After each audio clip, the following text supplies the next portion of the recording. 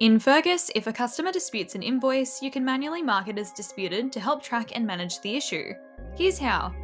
First, open the invoice. In the top right corner, click the ellipses button next to where it says Approved.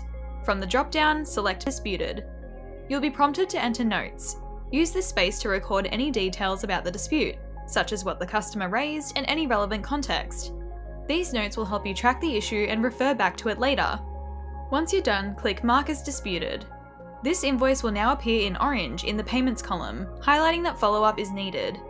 Note, a warning symbol will also appear on the Invoices tab in the job card to alert you that this invoice has been marked as disputed. Once you have resolved the dispute with the customer, return to the same invoice, click the ellipses button in the top right again, and select Resolve Dispute. Enter notes detailing how the dispute was resolved. The more detail, the better for future reference. Click Resolve Dispute to complete the process.